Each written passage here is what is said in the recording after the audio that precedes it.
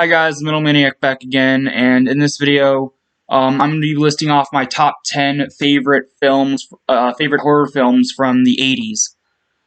With that, let's begin. At number 10, on my pile here.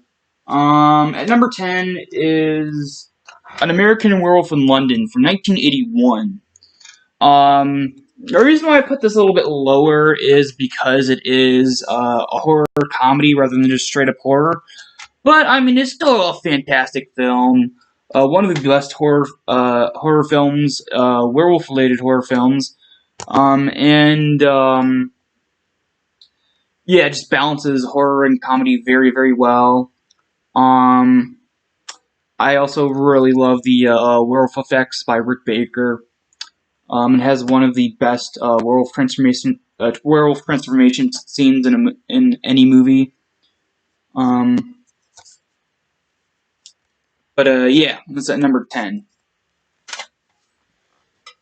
At number 9 is The Lost Boys from 1987. This is actually my second favorite Lost Boys movie. Of course, my first favorite is Lost Boys: The Thirst. Lost Boys, the original film from 1987, is also really, really, really good.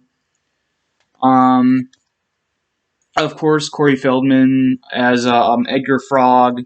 Edgar Frog is my favorite character throughout the trilogy. But yeah, everyone does an amazing job. Acting's great. Special effects great. The story overall is really cool. And then also, before this film came out in '87, vampire horror films had been kind of like sort of tossed aside for a while because they were just sort of, I don't know, not doing too well. I guess people weren't really finding them interesting anymore. But this film sort of revamped the interest in people, and in terms of them getting excited for a vampire horror film. But yeah, awesome. Lost Boys is at number 9. At number 8 is there we go. Number 8 is Return of the Living Dead from 1986, I think. Yep, no, 1984. I was sort of off there, but yeah, 1984. My favorite zombie film, and of course it started the trend of zombies going after brains instead of basically the entire body, and of course it's a lot of parodies. Of course, got the brains thing from this film. And of course, one of my favorite zombie designs of all time, the Power Man. But yeah, great horror film. I absolutely love it. It's at number 8. Alright, at number 7 is The Howling from 1981. Out of the two werewolf horror films from '81, this is definitely my favorite. Even though American Werewolf in London is also really, really good. But this one I do prefer since it is more straight up horror rather than it being a horror comedy. Again, really awesome werewolf effects. But yeah, that's at number. The Howling is at number 7. All right, number 6. Number 6 is Poltergeist 2: The Other Side from 1986. This is my favorite of the Poltergeist films, and it's also one of my favorite horror movie sequels ever. Really great villain. Majority of the cast returns, and then even like 1 or 2 new characters. Definitely a great follow-up to the first film. Yeah, it's at number 6. Alright. At number 5, hold on, let me get this really quick. At number 5 is Friday the 13th, Part 4, The Final Chapter. the best Friday film, and of course one of my favorite Jasons. Probably my second favorite Jason, other than my first favorite, which is of course Jason Voorhees from Part 7. But yeah, just an amazing film. All right, now it's at number 5. At number 4, number 4 is the only movie I don't own. That's going to be mentioned in this video. Fright Night, the original Fright Night, not the remake. I honestly don't remember when the original Fright Night was released.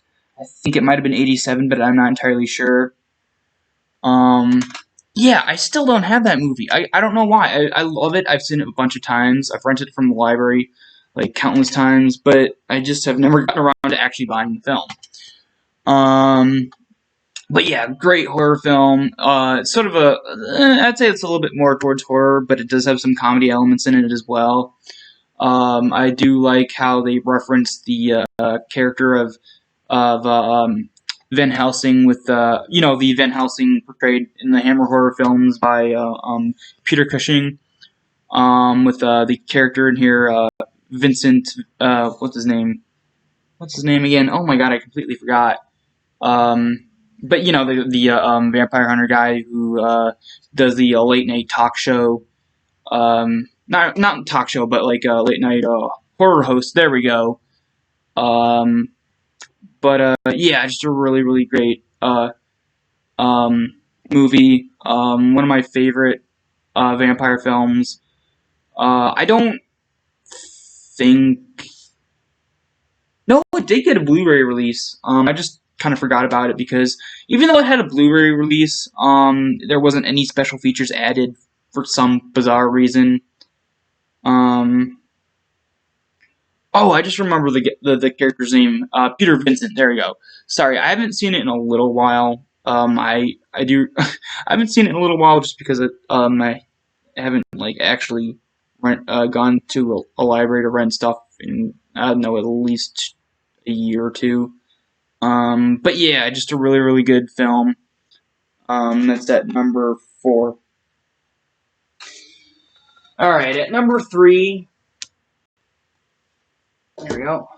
At number 3 is John Carpenter's The Thing. Yeah, really the only good movie in terms of The Thing. The original one from like the 50s was very bad. The monster looked like just sort of like a knockoff of Frankenstein's monster. The acting was pretty terrible, and then I guess the prequel to this film was also pretty bad. But yeah, if you want a movie, The Thing, this is definitely really the only one that's any good. But yeah, just again, great special effects. Of course, every John Carpenter film has amazing special effects. Of course, because Rob Bottin is behind the effects. Probably, yeah, he's definitely my favorite special effects guy in the movie making business. But yeah, and of course you have Kurt Russell as MacReady, the main protagonist.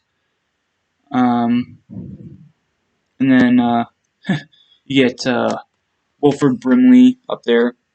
Of course, he's not really known for, at least these days, he's not even known for acting. He's sort of known for basically people making memes out of that one commercial he was in.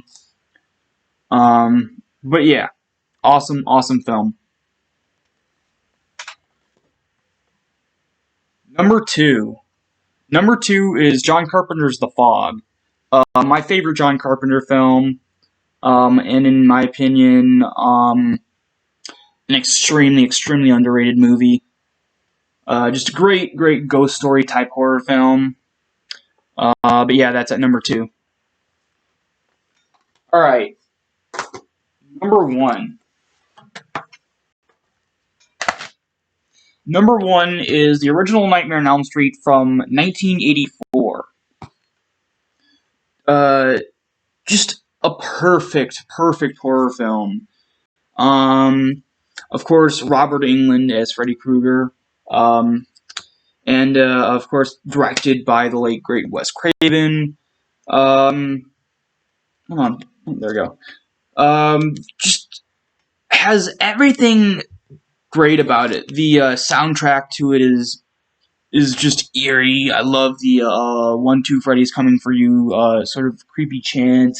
The opening to it is one of my favorite horror movie openings, with a sort of Freddy Krueger stalking one of the characters down the in the boiler room in the dream. And then Tina, of course, in her nightdress because it is a dream. I guess for the most part, what in the franchise, whatever you wear when you fall asleep, you wear in in your dreams. But yeah, overall, fantastic film, and it's my favorite horror film from the 1980s.